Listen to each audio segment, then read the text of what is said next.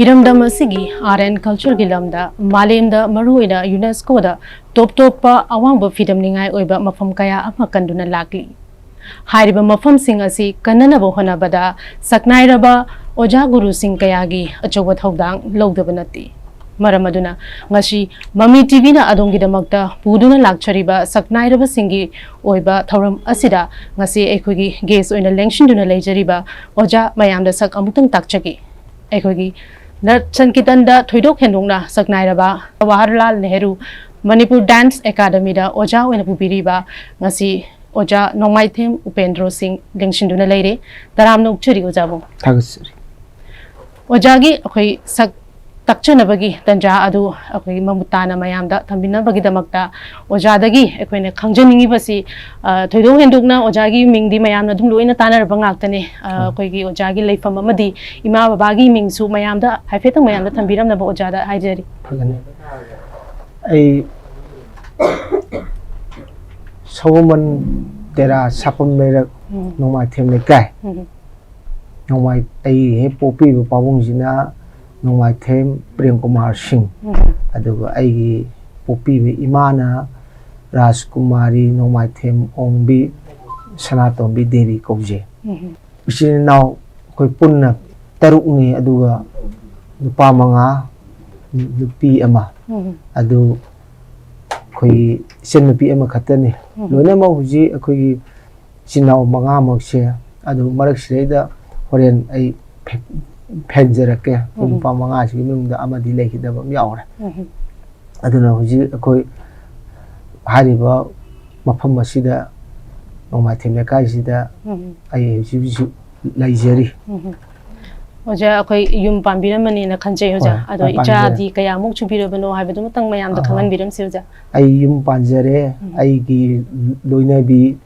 Wankai Mayum Ningon no my tem Ombi Premavati Devi Mayam Bim Sahara Kangi I Isha Ahumni Nupi Ani Nupa Ama Sanupi Hel Yum Panjare Uji issue any lecture Nupa Maga Nupi Maga Jado Quina Yamna Hatare Hogi Mingze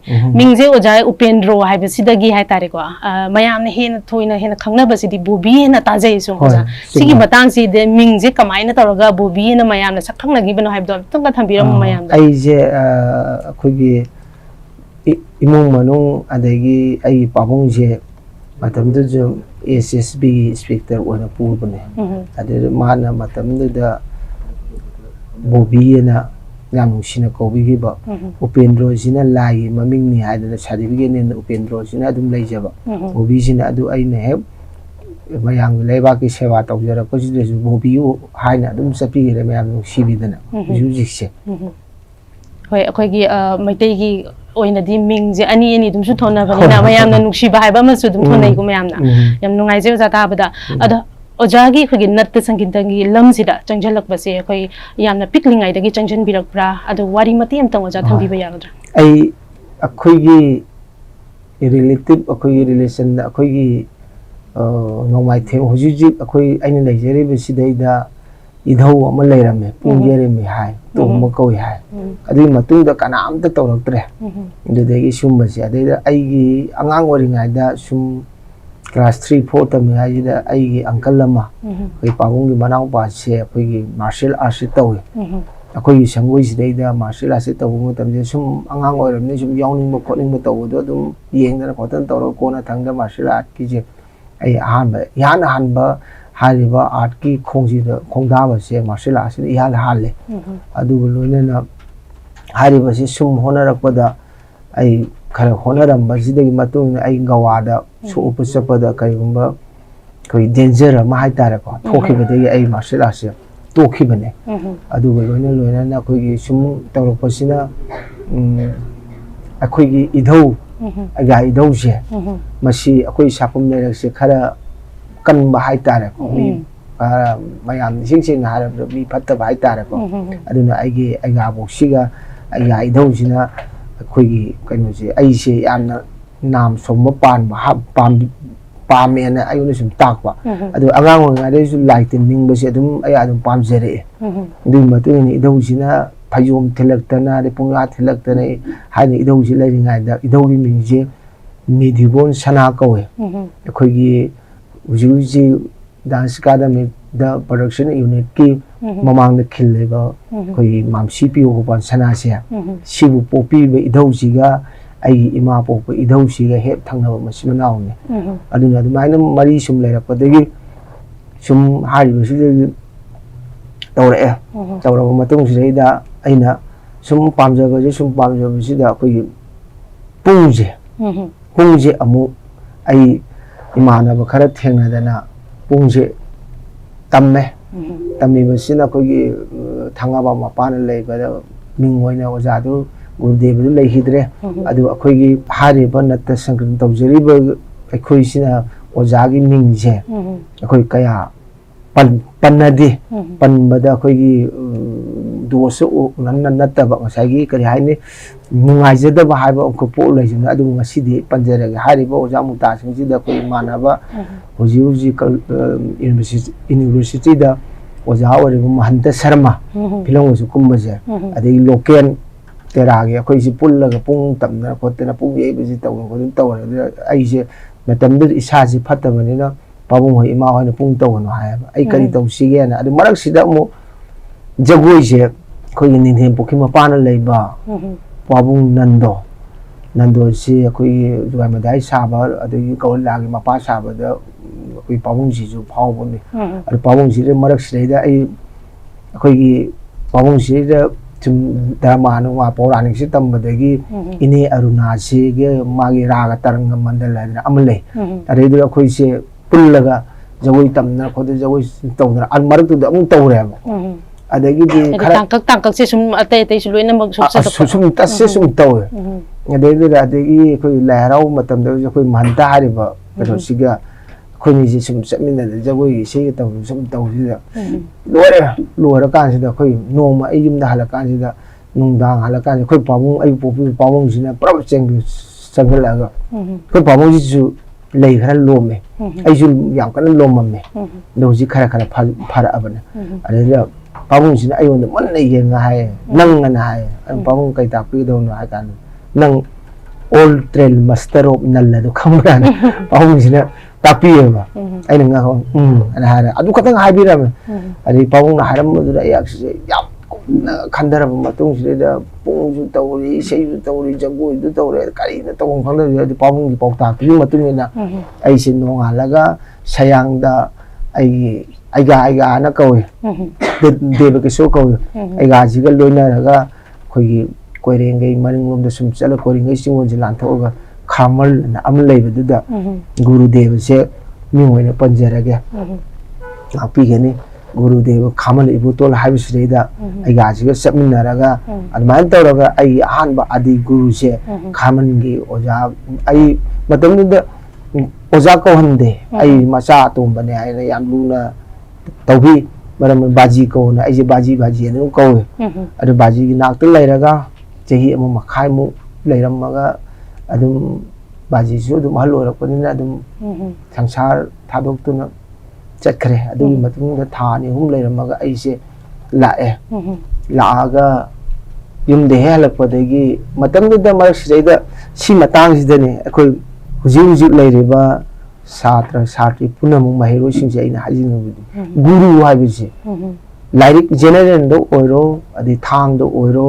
ꯑꯗꯩ ꯖꯒꯣꯏꯗ ꯑꯣꯏꯔോ ꯄꯦꯅꯥꯗ ꯑꯣꯏꯔോ ꯑꯦꯅꯤ ꯏꯁꯩꯗ ꯑꯣꯏꯔో ꯍꯥꯏꯕꯁꯤ ꯒꯨꯔु ꯍꯥꯏꯕꯁꯤ ꯈ꯭ꯋꯥꯏꯗꯒꯤ ꯂꯨꯏ ꯍꯥꯏꯕꯁꯤ ꯃꯁꯤ ꯃꯇꯥꯡꯁꯤꯗ ꯑꯩ ꯈꯤꯇꯪ ꯊꯝꯖꯒꯦ ꯑꯩ ꯍꯩꯇꯦ ꯀꯔꯤꯝꯇ ꯈꯪꯗꯦ ꯕꯥꯖꯤꯒ ꯑꯩꯒꯤ ꯒꯨꯔꯨꯗꯦꯕ ꯕꯥꯖꯤꯁꯤꯒ ꯆꯍꯤ 1.5 ꯂꯣꯏꯅꯔꯝꯃꯤ ꯀꯔꯤꯅꯣ ꯇꯝꯗꯣꯏꯁꯤꯕꯣ ꯁꯤꯗꯤ ꯆꯪꯁꯜꯂꯨꯔꯀꯥꯟꯗ ꯑꯩꯈꯣꯏꯒꯤ ꯌꯥꯝꯅ ꯁꯥꯒ꯭ꯔꯕ ꯁꯃꯨꯗ꯭ꯔ ꯑꯣꯏꯕ ꯄꯣꯠ ꯑꯃꯈꯛ ꯑꯣꯏ ꯂꯩꯔꯝꯃꯤ ꯑꯣꯏꯕꯁꯤ ꯍꯧꯖꯤꯛꯁꯨ ꯑꯣꯏꯔꯤ ꯀꯔꯤꯝꯁꯨ ꯈꯪꯗ꯭ꯔꯤ ꯀꯔꯤꯝꯁꯨ ꯍꯩꯖꯗ꯭ꯔꯤ ꯍꯧꯖꯤꯛ ꯑꯗꯩꯗ ꯕꯥꯖꯤꯁꯦ ꯍꯌꯦꯡꯒꯨꯝꯕ ꯆꯠꯈꯤꯒꯗꯕꯒꯤ ꯉꯁꯤꯒꯨꯝꯕꯁꯤꯗꯩꯗ ꯅꯨꯃꯤꯠ ꯌꯨꯡꯕ ꯑꯩꯕꯨ ꯀꯅꯥꯝꯇ ꯂꯩꯇꯕ ꯌꯥꯝ ꯆꯤꯛꯑꯕ ꯃꯇꯝꯗ ꯑꯩꯅ ꯕꯥꯖꯤ ꯁꯪꯉ ꯂꯩꯕ ꯀꯥꯟꯁꯤꯗ ꯈꯨꯠ ꯀꯠꯂꯒ ꯑꯩꯕꯨ ꯀꯧꯁꯤꯟꯕꯤꯔꯒ ꯕꯣꯔ ꯑꯃꯈꯛ ꯄꯤꯕꯤꯔꯝꯃꯦ ꯑꯗꯨꯒꯤ ꯕꯣꯔꯗꯨꯅꯅꯦ ꯍꯥꯏꯗꯅ ꯑꯩ ꯉꯁꯤꯐꯥꯎꯕ ꯂꯩꯔꯦ ꯑꯗꯨꯗꯒꯤ ꯌꯨꯝꯗꯩ ꯍꯜꯂꯛꯄꯗꯒꯤ ꯀ꯭ꯔꯤꯄꯥ ꯑꯃꯈꯛ ꯐꯪꯖꯕꯗꯨꯅ ꯍꯦꯜꯂꯛꯄꯗꯒꯤ ꯑꯗꯨꯝ ꯏꯁꯩꯗꯤ ꯁꯨꯡꯍꯩ ꯍꯩꯇꯕꯀꯣ ꯃꯌꯥꯝꯁꯦ ꯅꯨꯡꯁꯤꯕꯤꯗꯅ ꯕꯣꯕꯤ ꯍꯥꯏꯗꯅ ꯑꯗꯨꯝ ꯕꯥꯇꯣꯟꯁꯤ ꯂꯥꯛꯑꯒ sakpa duhar tawraga dum sakhi haba adu tasing pala yawbse kaya ai yawrupte adu hujiksu aina de kerimu pala yawbu taraga su adum mayamna oja singnaga na tum hai hai je adum isada tension lama dum lei haba haige dum hairaga su phajaba su ngamde sai adu ma tu lakhiba adu mana sum lakpoduna ai guru dev se leihidra matung sida amu chi matang da guru gi matang sida khogi guru gi ai gi baji gi yamba amaga ai se sing su lo ni sei taw indai pung sei loi taw ai yamba amaga ai gi itaw sane guru nandon hai tare ko sina sum sing chatpadagi magi du da ai ak chatning ban ngaro odina ai gi baji gi waxing gi tari ni pamba ngarang nahan da su ai kano tawjagi ko are waxing tari ni pamba lei hidabna ai guru dev se chin mi sida ai matam du da khoi ojan guru dev gi ima si leiri ima ai bori rage ima na tang yathang pibiu haina tawbudi ai yumda baji gi din se katle waxing tari ni pamba jin matam sida guru hum bori haibadagi ai je guru hum se ya baton tawna guru hum ja haijara guru hum ji lengak le mingoi na panjarage la shamgi oja kondojam oja irungbom oja haibada dum mayam dum khangbiraga ne akhangbu bina de haibo oja hum ji kauraga ai yumda baji gi din misida ai sangat macha am tawjare haraga ai katlaga guru hum ji bori ga ne pulak bori ba hum ji bori ba matam ji da imana hek thangi sina khud paraga he sine biram di la shamgi guru dev ji da sine biram ni adum na guru matang masang ji aina sum khanjarak pa ji de nga sa ai liklam ji kaidna guru lekhidra matang da amma bori ga ni ada amdagi amma gi matang da amma bori ga ne ba amma leile na ai ka to kora e chacha de ba ladina nga sibo da adu gi guru sing gi kripa do nga sibo ba ya phangjare ka sum haiti si lam ji de di adu guru sing gi kripa da ai mayang gi seba taw ju ngamjabani aduna horok leba kai mairoi sing de su guru haibu si lana haide guru gi yathang yawdu na di kari mo thaba amata bangol oide haibu se ai isada phangjare isada khangjare aduna ayonda laiba tangjagi haina lakpo je ai thado e ai na hai nausa ai gi mathak da ani khak leiri aina kari matik sa do no ai gi mathak iyama leiri iyama sing gi mathak oja haibum leiri oja ri mathak guru haibum lei ari guru sing lei na khona ayonda gi tamdu ji kari no law ai gi sasilao ai na khona apama do hayo ai soidana ya oja gi mafum da haije gi har ma tro ai tamge lakpo je dum oja adu gi mana pam jam dum thil le asuma to dana guru parampara je kair ba mi do adu di taseng har ba do mana tawjeri ba thabok to koi gi kai haini mapung pha ba ngam da hai ba se masi matang ji guru gi matang ji suma tro ko thamje gi aduna koi hawul lai ba mai roi sing na su guru hai se kaw dana thamoi nu che na thamaga aina tawjeri ba vidya do jagoi roi sei ro thang ro pung ro hai ba se guru di aina kari mu sang ba taraga su guru du da haje ga do guru de na ya hari bo khomo chawo ji oja se pami adu guru de na amtang yabi hai ba su guru di ayaba du law ga chakri ra to podu na su mai tami ma to mana tam jaru da su madu gi mai du soina na pi phanga ne ba adu na guru gi ayaba yaudana kari mu sappa taraga di asai mana tami ba khuding du mapu ba song amde sidi huji loina tar lei ba ne adu sumatra ga ai lakri oina isei jagoi sum tamapa adi marak sidai da mo ai se ojiki hariba pabung inde boki mapa da pabung jiga pulak podegi ai paurani drama je sana da na tawe ado lekhidre khoi pabung khoi konungi bespa kari orba pabung doju lekhidre adu loina re ai khoi paurani se ado matam da state art and culture na sponsor tawba ama Ayodhya na sakhi huli ramadi sari mufamji tamusi matam no paurani se adu istekara na le me ba koi tamu romoni tamu baladeva mayam ji pura ga koi pamu ji tawra adu da yawbo ansing ayam le khidre huji koi imana ba ama khomba na koi mingoi na panjara koi pawung kulachandra ngari amu kulachandra koi lamsang se chigi macha no pa ama tiga koi lona ra ga taw khom ji koi pulap chapni nungdang do shooting taw yam baje saju turen do as kape ya adu phajam adu da lai ra mi ba su yam angan pomni man si matang si marak si penje ho gaya le mi be si ajo da ji kamai to elevate gi chatle saksa de no mi to bas ta chatle ayuk ta gi to mo na nung daw lam thung ya ba adu kumbh mela ne mo khoi to do ade da khoi leifam cham tu chang ka si do he ta kai hai ni yung man khoi gi building wo na sa de ba lai gi madi da pha ba si du yong ju pa le adu lai gi madi ro oi na to le yaw nuk si ba ba pham mo oi le me abung kai hel na abung su nu mi to pangau das na ise se gazal ji sa ga ti matung da khoi pora ni si utpan na ba adu gi hari ba pot mayam si khoi na ulak ba matam da di ngasai gi kari no ha do lon ju phau no pon te ko adu kan su to de adu ba khoi wari ona adu sanari ba sin tarani sen bodha na sana ban bibi son gi macha se ram na hat pa last ni man hat to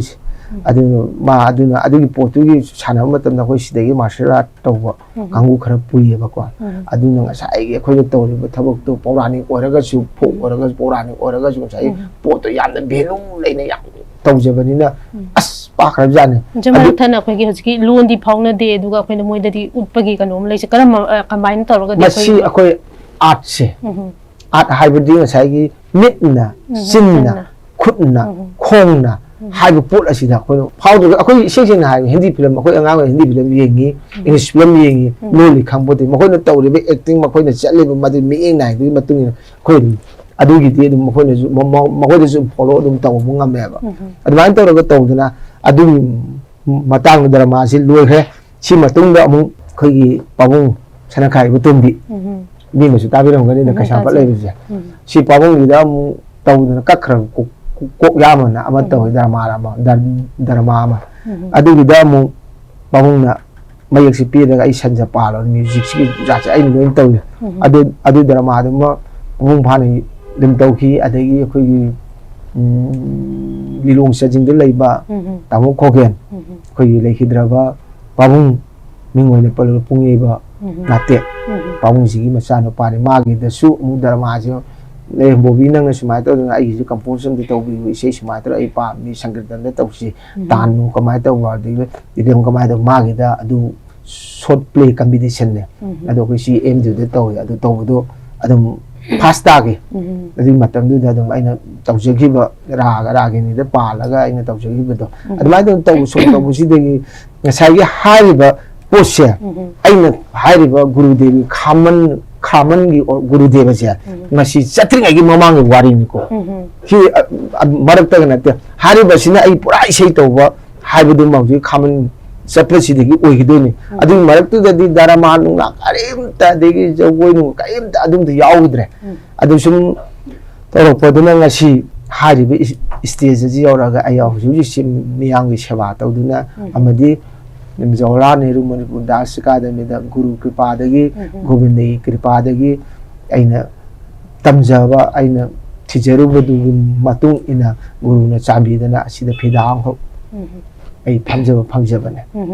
yam nungai je ja wari mate se sum ta jabada aduga guru gi kripa phanglaga di kana bu sulim na mangloi haibagi kano ma so jana haipet wari da su habi haibiri makha ta jar pasidi ja khoi gi nat sangitan ji khoi gi mamang gi leiram ba haitare ko mong duga hoji hoji leiri ba mong siga khara khenarak oibagi mong da khoina su ujabra na khalle khoina yamna khangjaru draga su masigi matang da su haifet tang au jana mayam da thambini masi ekhoina ai isa da ko aina gyan tarak padagi sankirtan je ujarak padugi image duga hujik leiri ba sankirtan gi image ji di as yam khena so difference pura difference yam lei gre ba maram de kan akoina khara aina sung tawjar ko matan da sankirtan gi phajaba mahau che hujik di kanadre bem thirida di hujik haidro kanadre tawri ba aya su kanadi haijin kanada bi to na adubu ngasai laiba ki apama ji mi apama je heri haibudi ai apamba ai bu harawan baji mi du apama du pira ga ma bu harawa ga ai bu sibu natra adu mi du apama du matu na ko sakko son baje da adu sakin adu sangritan gi akoina akoi gi matam da ai gi matam da haira ga akoi be sigi matam ji da gi tam pagi khutam ji ga huji tam mi sangritan gi khutam ji ga ju as pura khenare tam di khena gare ꯑꯩꯈꯣꯏ ꯐꯥꯎꯗ ꯑꯣꯖꯥꯒꯤ ꯌꯨꯝꯗ ꯂꯩꯔꯒ ꯏꯁꯩ ꯇꯝꯖꯔꯛꯏꯅꯦꯕ ꯑꯩꯈꯣꯏ ꯃꯇꯝꯗꯨꯒꯤ ꯏꯃꯥꯟꯅꯕꯁꯤꯡ ꯑꯗꯒꯤ ꯏꯊꯛ ꯊꯣꯡꯕꯁꯤꯡꯁꯦ ꯍꯧꯖꯤꯛ ꯑꯩꯈꯣꯏꯒꯤ ꯃꯇꯨꯡꯗꯒꯤꯗꯤ ꯑꯗꯨ ꯂꯩꯇ꯭ꯔꯦꯕ ꯑꯗꯨ ꯁꯤꯒꯨꯝꯕꯗꯤ ꯈꯦꯠꯅꯕꯗꯤ ꯑꯁ ꯌꯥꯝ ꯊꯤ ꯈꯦꯠꯅꯈ꯭ꯔꯦꯗ ꯈꯔꯗꯪ ꯑꯣꯖꯥꯅ ꯍꯥꯏꯗꯤ ꯀꯔꯤ ꯀꯔꯤꯗꯗꯤ ꯈꯦꯠꯅꯕꯅꯣ ꯍꯥꯏꯕꯗꯨ ꯑꯃꯇꯪꯒ ꯍꯥꯏꯕꯤꯌꯨ ꯑꯣꯖꯥ ꯈꯦꯠꯅꯕ ꯍꯥꯏꯕꯁꯤ ꯅꯠꯇ ꯁꯪꯀ꯭ꯔꯤꯇꯜ ꯑꯃ ꯄꯨꯡ ꯅꯠꯇ꯭ꯔꯒ ꯏꯁꯩ ꯆꯣꯂꯣꯝ ꯍꯥꯏꯔꯤꯕꯁꯤꯗꯩꯗ ꯍꯥꯟꯅ ꯇꯝꯗꯅ ꯀꯣꯌꯦꯠ ꯑꯃꯒ ꯐꯩꯖꯣꯝ ꯑꯃꯒ ꯂꯪꯉꯔꯥ ꯑꯃꯒ ꯀꯔꯇꯥꯜ ꯑꯃꯒ ꯅꯠꯇ꯭ꯔꯒꯅ ꯄꯨꯡ ꯑꯃꯒ ꯍꯦꯛꯇ ꯑꯩ ꯁꯪꯀ꯭ꯔꯤꯇꯟ ꯌꯥꯎꯔꯨꯔꯅꯤ ꯑꯩ ꯁꯪꯀ꯭ꯔꯤꯇꯟ ꯁꯣꯜꯂꯨꯔꯅꯤ ꯍꯥꯏꯕꯒꯤ ꯚꯥꯕ ꯑꯃꯈꯛ ꯍꯧꯖꯤꯛ ꯍꯧꯖꯤꯛꯁꯦ ꯂꯩꯌꯦꯕ ꯑꯗꯨ ꯂꯩꯔꯒꯗꯤ ꯉꯁꯥꯏ ꯃꯥꯅ ꯑꯍꯥꯟꯕꯗ ꯇꯝꯒꯗꯧꯔꯤꯕ ꯕꯦꯁꯤꯛ ꯃꯌꯥꯝ ꯆꯣꯂꯣꯝꯗ ꯀꯃꯥꯏꯅ ꯇꯧꯔꯒ ꯇꯝꯒꯅꯤ ꯆꯣꯂꯣꯝꯁꯤ ꯀꯃꯥꯏꯅ ꯍꯧꯔꯛꯀꯅꯤ ꯏꯁꯩꯁꯤ ꯅꯠꯇ ꯏꯁꯩ ꯍꯥꯏꯕꯁꯤ ꯀꯃꯥꯏꯅ ꯇꯧꯔꯒ ꯂꯥꯎꯒꯅꯤ ꯄꯨꯡ ꯍꯥꯏꯕꯁꯤꯅ ꯃꯩꯇꯩ ꯄꯨꯡ ꯍꯥꯏꯕꯁꯤꯅ ꯀꯔꯤ ꯈꯣꯟꯊꯣꯛ ꯇꯧꯒꯅꯤ ꯍꯥꯏꯕꯁꯤꯒꯤ ꯇꯝꯅꯗ꯭ꯔꯦꯕ ꯊꯋꯥꯏ ꯆꯪꯅ ꯇꯝꯅꯗ꯭ꯔꯦꯕ ꯊꯤꯑꯣꯔꯤꯒꯤ ꯁꯔꯨꯛꯁꯤꯃ ꯌꯥꯎꯗꯕꯤꯗ ꯑꯁ ꯌꯥꯎꯗ꯭ꯔꯦ ꯑꯗꯣ ꯁꯤ ꯅꯨꯡꯉꯥꯏꯇꯦ ꯊꯋꯥꯏꯁꯨ ꯅꯨꯡꯉꯥꯏꯇꯦ ꯀꯞꯁꯨ ꯀꯞꯅꯤꯡꯉꯤ ꯍꯧꯖꯤꯛ ꯃꯅꯤꯄꯨꯔꯗ ꯑꯣꯖꯥꯁꯨ ꯑꯍꯜꯂꯣꯟꯗ ꯂꯩꯔꯛꯇ꯭ꯔꯦ ꯍꯧꯖꯤꯛ ꯑꯗꯣ ꯑꯩꯈꯣꯏ ꯑꯩ ꯏꯁꯥꯗꯗꯤ ꯑꯩ ꯌꯥꯝ ꯀꯞꯄꯦ ꯍꯥꯏꯕꯗꯤ ꯇꯧꯔꯤꯁꯦ ꯑꯩꯈꯣꯏꯒꯤ ꯍꯧꯖꯤꯛ ꯍꯧꯖꯤꯛ ꯃꯃꯥꯡꯗ ꯑꯣꯖꯥꯁꯤꯡꯅ ꯊꯝꯕꯤꯔꯝꯕ ꯄꯣꯠꯁꯤꯡꯗꯣ ꯑꯩꯈꯣꯏꯅ ꯍꯧꯖꯤꯛ ꯍꯧꯖꯤꯛ ꯇꯧꯔꯤꯕ ꯄꯣꯠꯁꯤꯒ ꯌꯥꯝ ꯊꯤ ꯈꯦꯠꯅꯔꯤꯁꯤ ꯀꯃꯥꯏꯅ ꯇꯧꯔꯤꯅꯣ ꯑꯗꯨ ꯈꯦꯠꯅꯕ ꯃꯔꯛꯁꯤꯗ ꯌꯥꯎꯗꯕꯁꯨ ꯌꯥꯗꯦꯕ ꯑꯩ ꯄꯔꯝꯄꯔꯥꯁꯦ ꯉꯥꯛꯑꯅꯤ ꯑꯩ ꯄꯔꯝꯄꯔꯥꯁꯦ ꯉꯥꯛꯑꯒꯦꯕ ꯏꯊꯟꯗꯅ ꯉꯥꯛꯄꯗꯤ ꯉꯝꯄꯣꯟꯇꯦꯕ ꯉꯥꯛꯅꯕ ꯑꯃꯨꯛ ꯍꯣꯠꯅꯩ ꯐꯅꯌꯥꯝ ꯍꯣꯠꯅꯩ ꯑꯗꯨ ꯍꯧꯖꯤꯛꯀꯤ ꯈꯦꯠꯅꯔꯤꯕꯁꯤꯗꯤ ꯀꯔꯤ ꯑꯗꯨ ꯈꯦꯠꯅꯕ ꯍꯥꯏꯕꯁꯦ ꯑꯩꯅ ꯍꯥꯏꯗ꯭ꯔꯒꯁꯨ ꯑꯗꯨꯝ ꯄꯥꯔꯐꯣꯔꯃꯦꯟꯁ ꯌꯦꯡꯕꯤꯔꯤꯕ ꯑꯩꯈꯣꯏ ꯄ꯭ꯔꯖꯥꯁꯤꯅ ꯂꯨꯍꯣꯡꯕꯗ ꯁꯔꯥꯗꯗ ꯐꯤꯔꯣꯏꯗ ꯑꯗꯩ ꯅꯥꯍꯨꯠ ꯅꯥꯔꯦꯡꯗ ꯇꯧꯕꯤꯔꯤꯕ ꯃꯌꯥꯝꯁꯤꯅ ꯌꯦꯡꯉꯒ ꯑꯗꯨꯝ ꯈꯪꯉꯝꯒꯅꯦꯕ ꯑꯩꯈꯣꯏꯒꯤ ꯃꯊꯛ ꯐꯥꯎꯕ ꯑꯩꯈꯣꯏ ꯄꯥꯕꯨꯡꯒꯤ ꯂꯣꯟ ꯐꯥꯎꯕꯁꯨ ꯚꯥꯕꯣꯛ ꯑꯣꯏꯕ ꯐꯝꯅꯔꯤꯗꯅ ꯑꯗꯨꯒ ꯃꯈꯣꯏꯅꯁꯨ ꯑꯩꯈꯣꯏꯅ ꯇꯧꯔꯤꯕꯁꯤꯗꯒꯤ ꯑꯗꯨꯝ ꯃꯃꯥꯡꯗ ꯇꯧꯔꯤꯕꯗꯣ ꯎꯔꯝꯒꯗꯧꯅꯦꯕ ꯑꯗꯨ ꯀꯔꯤꯅꯣ ꯍꯧꯖꯤꯛ ꯇꯧꯔꯤꯁꯤ ꯑꯩꯁꯨ ꯍꯥꯏꯐꯝ ꯈꯪꯗꯦ ꯁꯤ ꯇꯧꯔꯒ ꯁꯤ ꯐꯅꯤ ꯍꯥꯏꯕꯁꯤ ꯐꯅ ꯂꯥꯎꯖꯩ ꯐꯅ ꯉꯥꯡꯖꯩ ꯇꯥꯕꯤꯗꯦ ꯆꯠꯄꯤꯗꯦ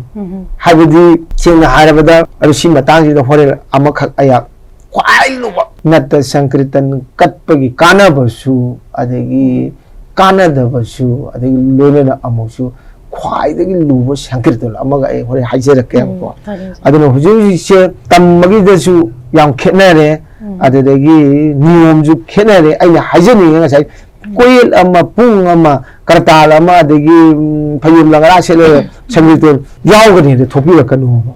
ꯑꯩꯗꯤ ꯍꯥꯟꯅ ꯀꯔꯇꯥꯜ ꯀꯃꯥꯏꯅ ꯈꯤꯡꯒꯅꯤ ꯄꯨꯡ ꯀꯃꯥꯏꯅ ꯌꯧꯒꯅꯤ ꯐꯤꯔꯦꯞ ꯀꯃꯥꯏꯅ ꯇꯧꯔꯒ ꯂꯦꯞꯀꯅꯤ ꯑꯗꯒꯤ ꯃꯦꯟ ꯀꯃꯥꯏꯅ ꯈꯤꯡꯒꯅꯤ ꯔꯥꯒ ꯀꯃꯥꯏꯅ ꯈꯤꯡꯒꯅꯤ ꯀꯔꯇꯥꯜ ꯃꯔꯣꯜ ꯍꯥꯏꯔꯤꯕꯁꯤꯅ ꯀꯔꯤꯅꯣ ꯇꯤꯟꯇꯥꯜ ꯍꯥꯏꯔꯤꯕꯁꯤꯅ ꯀꯔꯤꯅꯣ ꯑꯗꯒꯤ ꯃꯦꯟ ꯍꯥꯏꯔꯤꯕꯁꯤꯅ ꯀꯔꯤꯅꯣ ꯍꯥꯏꯁꯦ ꯈꯪꯉꯒ ꯔꯁꯗꯨꯒ ꯊꯤꯑꯣꯔꯤꯗꯨꯒ ꯂꯣꯏꯅꯔꯦ ꯍꯥꯏꯔꯒ ꯈꯪꯉꯒ ꯇꯝꯃꯦ ꯍꯥꯏꯔꯒ ꯑꯗꯨꯗ ꯌꯥꯎꯔꯛꯄ ꯑꯣꯏꯕꯗꯒꯤ ꯍꯥꯟꯅꯒꯤ ꯁꯪꯀ꯭ꯔꯤꯇꯟꯒꯤ ꯃꯍꯥꯎꯗꯣ ꯐꯪꯒꯅꯦꯕ ꯍꯧꯖꯤꯛ ꯑꯗꯨꯃ ꯂꯩꯇ꯭ꯔꯦꯕ ꯑꯗꯨ ꯑꯩꯅ ꯍꯧꯖꯤꯛ ꯍꯧꯖꯤꯛ ꯑꯦꯀꯥꯗꯃꯤꯗ ꯂꯩꯖꯔꯤꯕꯁꯤꯁꯨ ꯆꯣꯂꯣꯝꯒꯤ ꯑꯣꯏꯅ ꯂꯩꯖꯕꯅꯦꯕ ꯑꯗꯨ ꯆꯣꯂꯣꯝꯁꯦ ꯑꯩꯅ ꯑꯦꯀꯥꯗꯃꯤ ꯇꯝꯃꯛꯄ ꯀꯥꯟꯗꯨꯗ ꯑꯩ ꯒꯨꯔꯨꯗꯦꯕ ꯏꯍꯥꯟ ꯍꯥꯟꯕ ꯒꯨꯔꯨꯗꯦꯕ ꯆꯣꯂꯣꯝꯒꯤ ꯑꯣꯏꯅ ꯕꯣꯔꯤꯖꯕ ꯑꯃꯈꯛ ꯇꯝꯃꯝꯃꯤ ꯑꯣꯖꯥꯗꯒꯤ ꯑꯩ ꯑꯌꯥꯝꯕ ꯇꯝꯃꯝꯃꯤ ꯃꯇꯝꯗꯨꯗ ꯐꯖꯅ ꯑꯣꯖꯥꯁꯤꯅ ꯒꯨꯔꯨꯗꯦꯕꯁꯤꯅ ꯇꯥꯛꯄꯤ ꯇꯝꯕꯤ ꯑꯩꯅ ꯂꯧꯖꯕ ꯉꯝꯖꯗꯕ ꯈꯛꯇꯅꯦꯕ ꯑꯗꯨꯒꯤ ꯃꯇꯨꯡꯗ ꯑꯩꯈꯣꯏꯒꯤ ꯀꯣꯟꯗꯧꯖꯝ ꯑꯣꯖꯥꯅ ꯑꯩ ꯃꯃꯥꯡꯗ ꯄꯟꯖꯈꯤꯕꯗꯣ ꯑꯣꯖꯥꯗꯒꯤ ꯇꯝꯍꯧꯋꯤ ꯑꯗꯒꯤ ꯑꯩꯅ ꯕꯣꯔꯤꯔꯒ ꯇꯝꯗ꯭ꯔꯒꯗꯤ ꯀꯔꯤꯒꯨꯝꯕ ꯗꯣꯁ ꯑꯃꯈꯛ ꯂꯩꯒꯅꯤꯅ ꯑꯩ ꯒꯨꯔꯨꯗꯦꯕ ꯃꯅꯤꯄꯨꯔꯗ ꯆꯣꯂꯣꯝ ꯗꯨꯍꯥꯔ ꯍꯥꯏꯕꯁꯦ ꯁꯤ ꯄꯥꯠꯁꯤ ꯌꯥꯝ ꯂꯨꯏꯌꯦꯕ ꯑꯗꯨ ꯍꯥꯏꯔꯤꯕ ꯏꯔꯣꯏ ꯁꯤꯒꯤ ꯃꯇꯨꯡ ꯑꯣꯖꯥꯁꯤꯒꯤ ꯃꯇꯨꯡꯗꯒꯤꯗꯤ ꯁꯕꯖꯦꯛ ꯑꯃ ꯑꯣꯏꯔꯤꯕ ꯆꯣꯂꯣꯝꯒꯤ ꯇꯧꯅꯅꯕ ꯗꯨꯍꯥꯔ ꯍꯥꯏꯕ ꯄꯣꯠꯁꯛꯁꯦ ꯃꯁꯤ ꯊꯣꯛꯂꯛꯇ꯭ꯔꯦ ꯑꯣꯖꯥꯁꯤꯅ ꯏꯔꯣꯏ ꯂꯣꯏꯕꯅꯦꯅ ꯑꯩ ꯂꯧꯖꯔꯦ ꯑꯗꯨꯅ ꯑꯣꯖꯥꯁꯤꯒꯤ ꯃꯇꯨꯡꯗꯒꯤꯗꯤ ꯀꯔꯤꯃꯠꯇ ꯍꯥꯏꯔꯤꯕ ꯄꯣꯠꯁꯦ ꯊꯣꯛꯂꯛꯈꯤꯗ꯭ꯔꯕꯅꯤꯅ ꯃꯔꯝ ꯑꯗꯨꯅ ꯍꯧꯖꯤꯛ ꯋꯥꯠꯂꯤꯕꯁꯦ ꯅꯠꯇ ꯁꯪꯀ꯭ꯔꯤꯇꯟꯁꯦ ꯌꯣꯠꯁꯕꯤ ꯃꯈꯣꯡ ꯑꯍꯨꯝꯅꯦꯕ ꯌꯣꯠꯁꯕꯤ ꯃꯈꯣꯡ ꯑꯍꯨꯝ ꯀꯃꯥꯏꯅ ꯍꯥꯏ ꯄꯨꯡ ꯏꯁꯩ ꯆꯣꯂꯣꯝ ꯑꯍꯨꯝꯁꯤꯅ ꯅꯠꯇ ꯁꯪꯀ꯭ꯔꯤꯇꯟ ꯑꯣꯏꯌꯦꯕ ꯄꯨꯡꯒꯤꯗꯤ ꯂꯩꯔꯤ ꯏꯁꯩꯒꯤꯁꯨ ꯂꯩꯔꯤ ꯑꯗꯨ ꯆꯣꯂꯣꯝ ꯍꯥꯏꯕꯁꯤꯗꯤ ꯌꯥꯎꯗꯕꯗꯤ ꯌꯥꯗꯕ ꯈꯔ ꯂꯥꯏꯗ ꯀꯔꯤꯒꯨꯝꯕ ꯄꯣꯠꯁꯛ ꯑꯃ ꯀꯠꯄ ꯃꯇꯝꯗ ꯃꯥꯗꯤ ꯌꯥꯎꯗꯗꯤ ꯌꯥꯗꯦ ꯍꯥꯏꯕꯒꯤ ꯃꯃꯤꯡꯇꯪ ꯉꯥꯏꯔꯦꯕ ꯍꯧꯖꯤꯛꯁꯦ ꯍꯥꯏꯔꯤꯕ ꯆꯣꯂꯣꯝ ꯍꯥꯏꯕ ꯁꯕꯖꯦꯛꯁꯦ ꯄꯨꯔꯥ ꯁꯤꯔꯦꯕ ꯍꯧꯖꯤꯛ ꯁꯪꯀ꯭ꯔꯤꯇꯟ ꯇꯧꯔꯤꯁꯤꯗ ꯊꯥꯏꯅꯒꯤ ꯑꯩꯈꯣꯏꯅ ꯎꯖꯔꯛꯄ ꯃꯇꯝꯗꯨꯗ ꯄꯂꯥ 30ꯒ ꯂꯦꯞꯄꯦꯕ ꯑꯩ ꯎꯔꯛꯑꯦꯕ ꯄꯂꯥ 30 ꯂꯦꯞꯄꯤ ꯑꯩꯈꯣꯏ ꯅꯥꯎꯔꯦꯝꯊꯣꯡꯗ ꯄꯥꯕꯨꯡ ꯅꯤꯇꯥꯏ ꯃꯥꯝꯇꯣꯞꯇ ꯇꯧꯕ ꯑꯗꯒꯤ ꯑꯩꯒ ꯒꯧꯔ ꯆꯟꯗ꯭ꯔ ꯑꯩꯈꯣꯏꯒꯤ ꯀꯩꯅꯣꯒꯤ ꯃꯣꯏꯔꯥꯡ ꯂꯥꯏꯔꯤꯛꯇ ꯇꯧꯕ ꯑꯩ ꯌꯦꯡꯕ ꯑꯣꯖꯥꯁꯤꯡꯒꯤ ꯊꯧꯒꯜ ꯆꯠꯆꯩꯌꯦꯕ ꯑꯗꯨꯗ ꯐꯖꯕ ꯃꯦꯟꯒꯤꯁꯤꯗꯒ ꯈꯣꯡ ꯊꯥꯡꯕꯁꯦ ꯊꯥꯡꯕ ꯌꯥꯄꯣꯟꯇꯦꯀꯣ ꯃꯁꯤꯗꯩꯗ ꯑꯩꯈꯣꯏꯒꯤ ꯊꯥꯡꯖꯝꯒꯤ ꯒꯨꯔꯨꯗꯦꯕꯅ ꯃꯇꯝꯗꯨꯗꯤ ꯍꯤꯡꯉꯤ ꯒꯨꯔꯨꯗꯦꯕ ꯆꯪꯁꯤꯜꯂꯦ ꯍꯥꯏꯔꯒ ꯑꯣꯖꯥ ꯐꯝꯆꯤꯠ ꯆꯤꯠꯂꯒ ꯆꯩꯁꯨꯗꯨꯅ ꯃꯈꯣꯡ ꯊꯥꯡ ꯑꯣꯜꯂꯤꯅꯤꯀꯣ ꯑꯗꯨꯝ ꯑꯩꯈꯣꯏ ꯎꯖꯍꯧꯋꯦꯕ ꯑꯗꯨꯗꯒꯤ ꯐꯖꯕꯗꯣ ꯅꯠꯇ ꯁꯪꯀ꯭ꯔꯤꯇꯟꯒꯤ ꯈ꯭ꯋꯥꯏ ꯐꯖꯕꯁꯤ ꯃꯦꯟꯁꯤꯅꯦꯕ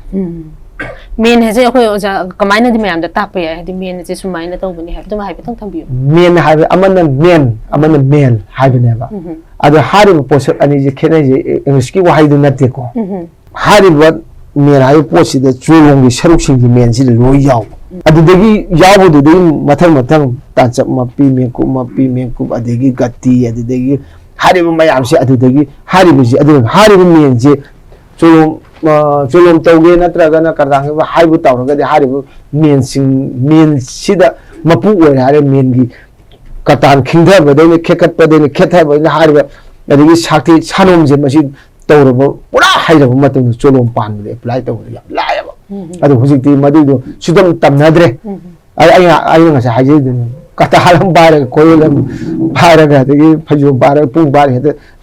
ꯁꯪꯒꯤꯇꯟ ꯌꯥꯎꯔꯕꯅꯤ ꯂꯥꯛꯑꯦꯕ ꯌꯥꯗ꯭ꯔꯦ ꯑꯗꯒꯤ ꯔꯥꯒ ꯍꯧꯔꯝꯗꯥꯏꯗ ꯔꯥꯒꯒꯤ ꯀꯃꯥꯏꯅ ꯇꯧꯕ ꯔꯥꯒꯗ ꯅꯤꯡꯒꯗꯧꯕ ꯈꯣꯡꯐꯝ ꯀꯃꯥꯏꯅ ꯇꯧꯕ ꯑꯗꯩ ꯂꯦꯞꯀꯗꯧꯕ ꯑꯗꯒꯤ ꯃꯤꯠ ꯀꯃꯥꯏꯅ ꯊꯝꯒꯗꯧꯕ ꯈꯨꯠ ꯀꯔꯇꯥꯟ ꯊꯝꯐꯝ ꯀꯗꯥꯏꯗ ꯊꯝꯒꯗꯧꯕ ꯍꯥꯏꯕꯁꯦ ꯇꯝꯗꯦꯕꯀꯣ ꯑꯗꯒꯤ ꯑꯃꯨꯛ ꯇꯤꯟꯇꯥꯜ ꯍꯥꯏꯁꯤ ꯇꯉꯥꯏ ꯐꯗꯅ ꯁꯪꯀ꯭ꯔꯤꯇꯟꯒꯤ ꯃꯅꯨꯡꯗ ꯌꯥꯎꯗꯕ ꯌꯥꯗꯦ ꯍꯥꯏꯕꯗꯤ ꯇꯤꯟꯇꯥꯜ ꯍꯥꯏꯕꯁꯤ ꯌꯥꯎꯗ꯭ꯔꯒꯗꯤ ꯁꯪꯀ꯭ꯔꯤꯇꯟ ꯐꯥꯗꯦꯕ ꯔꯨꯞ 8 ꯈꯛ ꯂꯩꯌꯦꯕ ꯔꯨꯞ 8 ꯁꯤꯒꯤ ꯃꯅꯨꯡꯁꯤꯗ ꯇꯤꯟꯇꯥꯜ ꯍꯥꯏꯕꯁꯤ ꯌꯥꯎꯗꯕ ꯌꯥꯗꯦ ꯇꯤꯟꯇꯥꯜꯁꯤ ꯀꯩꯅꯣ ꯇꯤꯟꯅꯕꯟꯁꯥ ꯍꯥꯏꯕꯗꯤ ꯏꯕꯨꯡꯉꯣꯒꯤ ꯋꯥꯈꯜ ꯑꯍꯨꯝ ꯁꯤꯔꯤ ꯒꯧꯔꯥꯡꯒ ꯃꯍꯥꯄ꯭ꯔꯚꯨꯒꯤ ꯋꯥꯈꯜ ꯑꯍꯨꯝ ꯐꯣꯡꯗꯣꯛꯄꯅꯦꯕ ꯑꯗꯩ ꯊꯥꯔꯤꯕ ꯊꯥ ꯑꯍꯨꯝꯁꯤꯁꯨ ꯃꯥꯒꯤ ꯃꯤꯅꯤꯡ ꯃꯥꯒꯤ ꯑꯥꯔꯊ ꯅꯨꯡꯒꯤ ꯑꯣꯏꯕ ꯋꯥꯍꯟꯊꯣꯛ ꯂꯩꯌꯦꯕ ꯑꯗꯩ ꯐꯝꯃꯤꯕꯁꯤꯁꯨ ꯅꯨꯡꯒꯤ ꯑꯣꯏꯕ ꯋꯥꯍꯟꯊꯣꯛ ꯂꯩꯌꯦꯕ ꯃꯁꯤ ꯐꯖꯅ ꯇꯝꯕ ꯇꯥꯔꯒꯗꯤ ꯇꯤꯟꯇꯥꯜ ꯐꯝꯗꯕ ꯌꯥꯗꯦ ꯇꯤꯟꯇꯥꯜ ꯈꯤꯡꯗꯕ ꯌꯥꯗꯦ ꯇꯤꯟꯇꯥꯜ ꯊꯥꯗꯕ ꯌꯥꯗꯦ ꯍꯥꯏꯕꯁꯦ ꯍꯧꯖꯤꯛꯀꯤ ꯃꯇꯝꯒꯤ ꯁꯪꯀ꯭ꯔꯤꯇꯟꯁꯤꯒ ꯑꯗꯒꯤ ꯑꯩꯈꯣꯏꯒꯤ ꯆꯍꯤ ꯈꯔꯒꯤ ꯃꯃꯥꯡꯒꯤ ꯁꯪꯀ꯭ꯔꯤꯇꯟꯁꯤꯒꯤ ꯈꯦꯠꯅꯕꯁꯦ ꯑꯗꯨꯛ ꯃꯇꯤꯛ ꯈꯦꯠꯅꯔꯦ ꯍꯥꯏꯕꯁꯤꯗꯤ ꯑꯩꯅ ꯍꯥꯏꯗ꯭ꯔꯒꯁꯨ ꯄꯨꯡ ꯏꯁꯩ ꯇꯧꯔꯤꯕ ꯑꯣꯖꯥꯁꯤꯡ ꯁꯥꯇ꯭ꯔꯁꯤꯡꯅ ꯑꯗꯨꯝ ꯈꯪ ꯂꯩꯔꯗꯣꯏꯅꯤ ꯑꯗꯨꯒꯤ ꯃꯊꯛꯇ ꯑꯃꯨꯛꯁꯨ ꯄ꯭ꯔꯖꯥ ꯄꯨꯝꯅꯃꯛꯁꯨ ꯈꯪꯗꯣꯔꯤꯕꯅꯦꯕ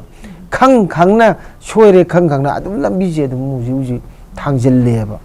ꯑꯗꯨꯅ ꯁꯤ ꯑꯩꯈꯣꯏ ꯅꯠꯇ ꯁꯪꯀ꯭ꯔꯤꯇꯟ ꯇꯧꯖꯔꯤꯕ ꯑꯩꯈꯣꯏꯁꯨ ꯑꯗꯒꯤ ꯄ꯭ꯔꯖꯥꯁꯨ ꯃꯁꯤ ꯑꯩꯈꯣꯏ ꯚꯥꯞ ꯇꯥꯟꯅꯕ ꯑꯃ ꯆꯪꯉꯤ ꯄꯨꯟꯅ ꯁꯦꯝꯗꯣꯛꯃꯤꯟꯅꯕ ꯑꯃ ꯆꯪꯉꯤ ꯑꯗꯒꯤ ꯑꯃꯅ ꯍꯧꯖꯤꯛꯀꯤ ꯑꯩꯈꯣꯏꯒꯤ ꯃꯍꯩꯔꯣꯏꯁꯤꯡꯒꯤ ꯑꯣꯏꯅꯗꯤ ꯍꯧꯖꯤꯛ ꯌꯥꯝ ꯀꯤꯅꯤꯡꯉꯥꯏꯁꯨ ꯑꯣꯏꯔꯦ ꯌꯥꯝ ꯀꯤꯅꯤꯡꯉꯥꯏꯕꯨ ꯄꯨꯡ ꯇꯝꯅꯤꯡꯕ ꯄꯨꯡ ꯌꯩꯕ ꯇꯝꯅꯤꯡꯕ ꯑꯗꯩ ꯏꯁꯩ ꯁꯛꯄ ꯇꯝꯅꯤꯡꯕ ꯅꯠꯇ ꯁꯪꯀ꯭ꯔꯤꯇꯟꯁꯤ ꯂꯝꯕꯤꯁꯦ ꯆꯪꯂꯛꯄ ꯃꯤꯁꯦ ꯌꯥꯝꯗ꯭ꯔꯦꯕ ꯃꯇꯝꯗꯨꯗꯗꯤ ꯑꯩꯈꯣꯏꯒꯤ ꯑꯣꯖꯥꯁꯤꯡꯒꯤ ꯃꯐꯝꯁꯤꯗ ꯃꯃꯥ ꯃꯄꯥꯁꯤꯡꯅ ꯆꯠꯂꯒ ꯑꯩ ꯏꯆꯥꯁꯤꯗꯪ ꯏꯁꯩ ꯇꯝꯖꯒꯦ ꯄꯨꯡ ꯇꯝꯖꯒꯦ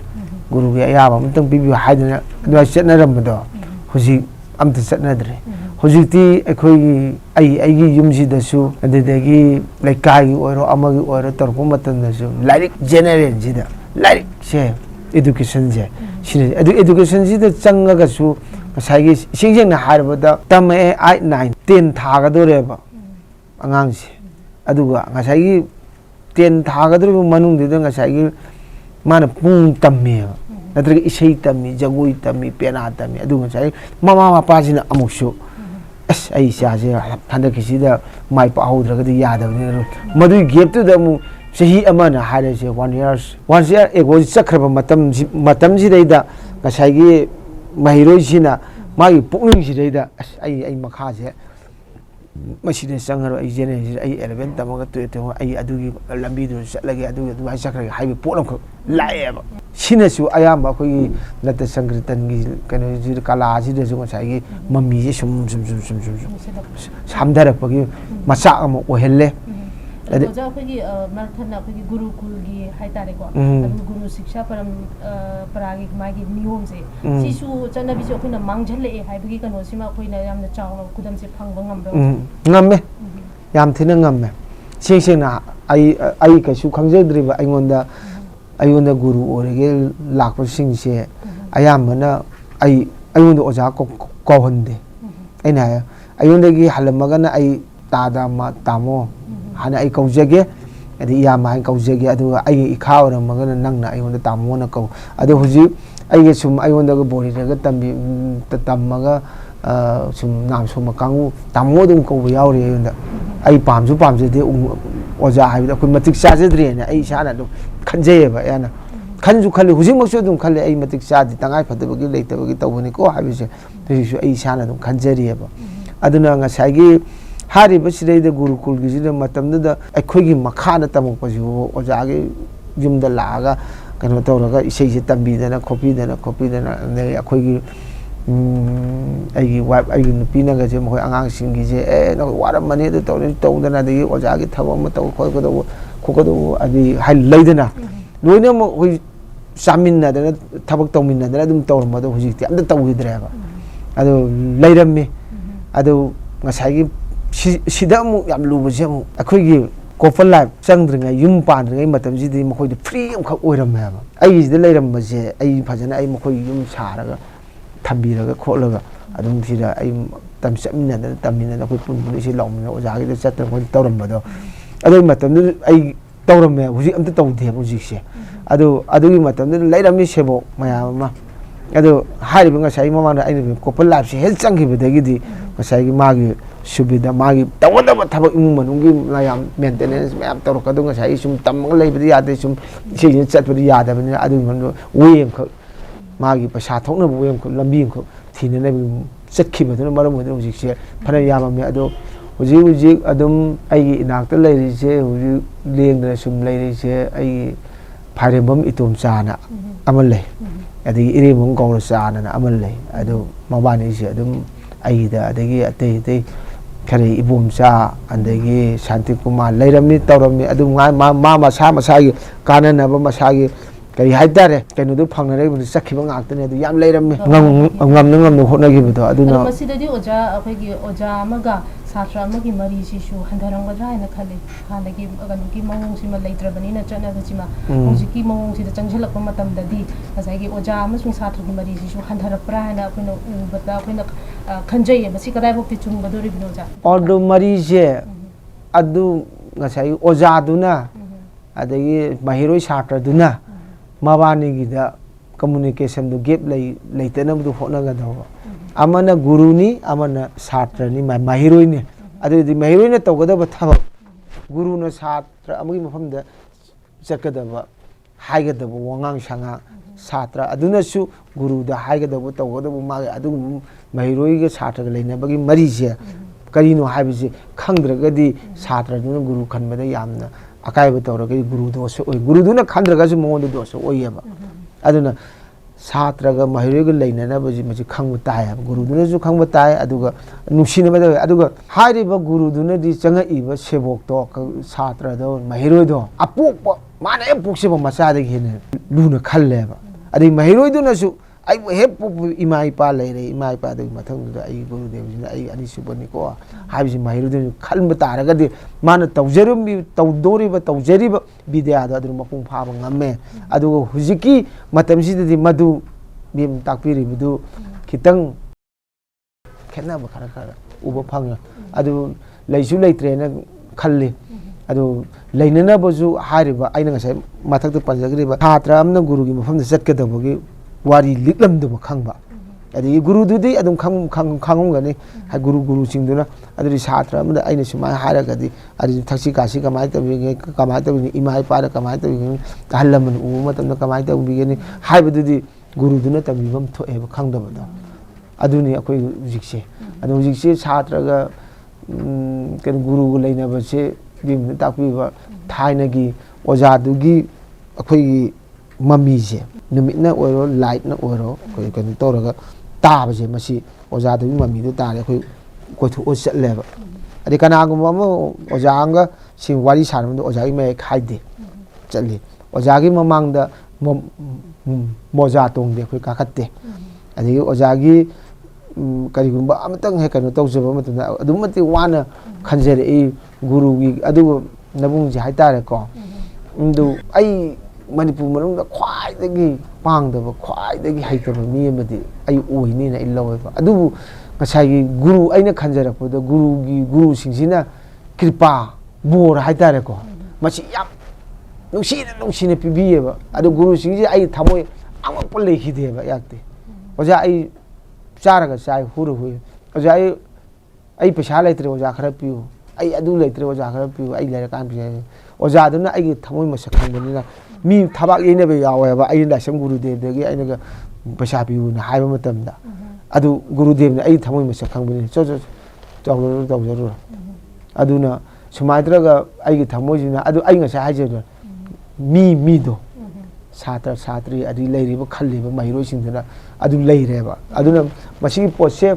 hujikti leikigani aduna akhoi sireida mangthar ibase mangakani hujikti akhoi pura kali haibido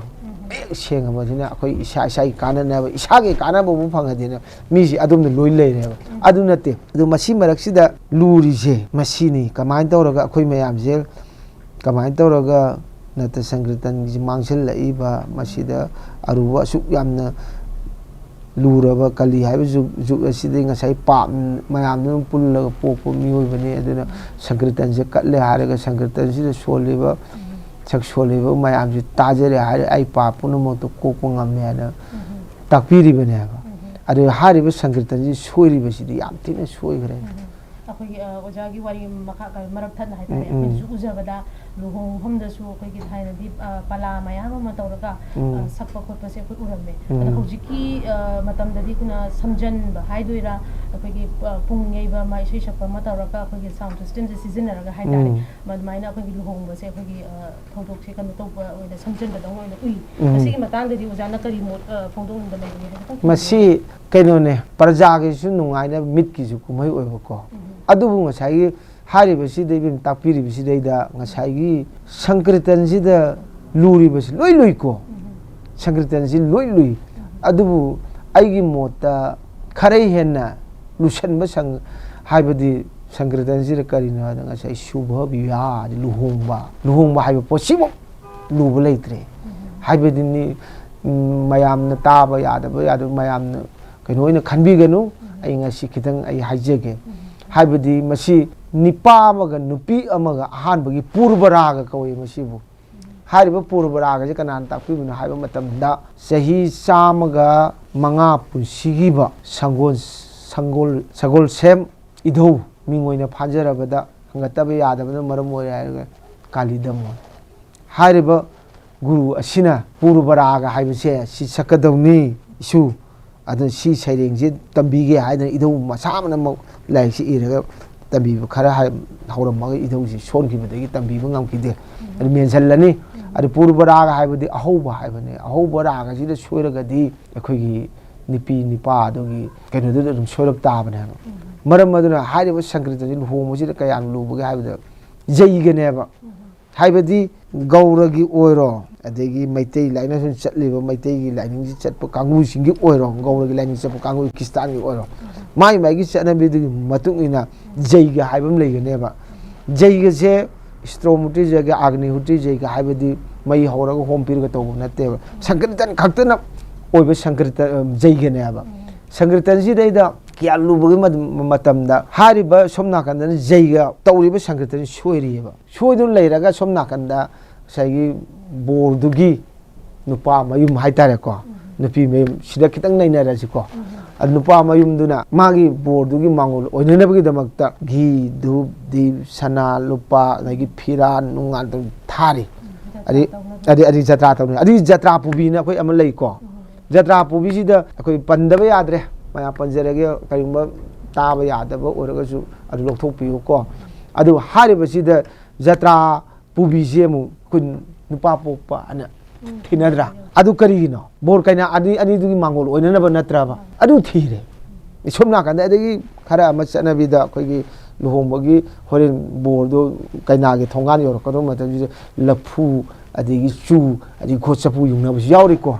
adu matam dugi chanaramba adu ipai pu dugi chanaramba kango maju chanaba yaure ba adu karigino magi mangol gi natra adi somna kanda